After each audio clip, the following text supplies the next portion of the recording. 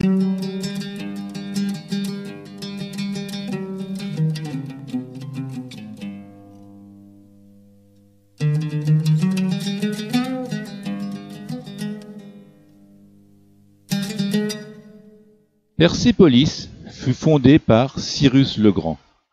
Le complexe repose sur une terrasse de 450 mètres sur 300 et de 14 mètres de haut. On y accède par un escalier monumental double. L'escalier fut construit avec des blocs massifs de pierre taillés et chevillés.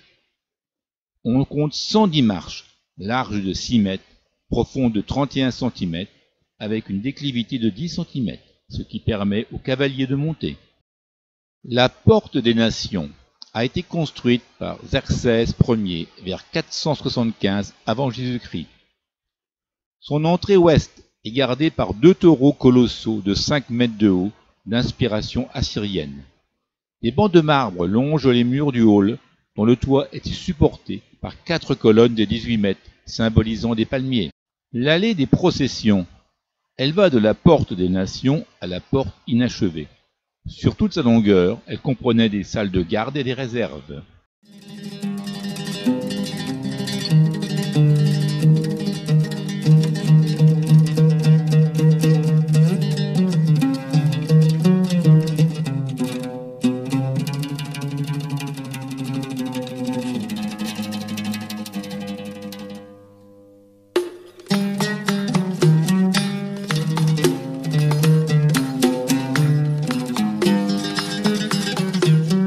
L'Apadana, construit par Darius Ier, il était utilisé par le roi pour des manifestations officielles. Chaque colonne, de plus de 19 mètres, était surmontée d'un chapiteau en forme de griffon ou de taureau.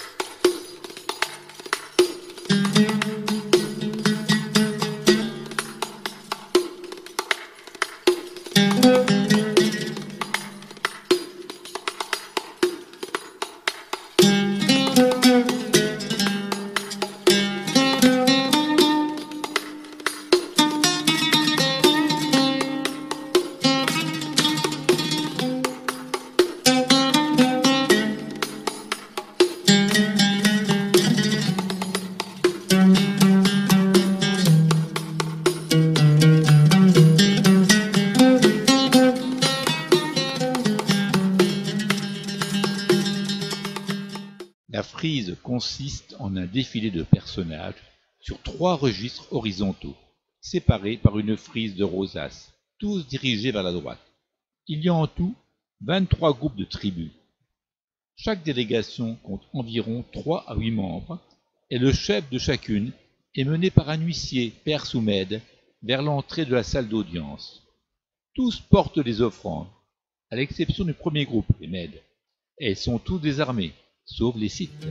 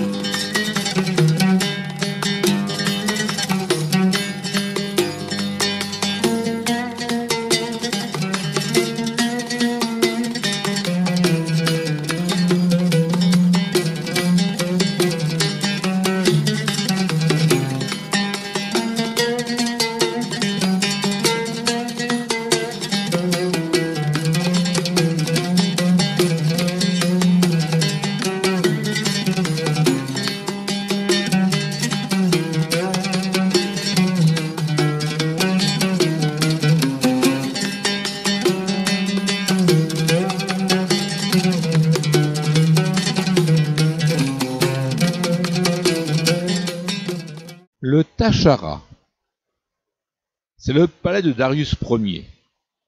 Achevé par Xerxès Ier, il est composé d'une salle centrale à 72 colonnes. Il est décoré de grands bas-reliefs représentant le roi combattant un lion, un taureau et une chimère. Les bas-reliefs des portes représentent le roi, suivi de serviteurs portant des parasols. Les murs, couverts d'une couche de stuc, étaient ornés de tentures brodées d'or, carrelées de céramique et décorées de peintures représentant des lions, des taureaux, des fleurs et des plantes.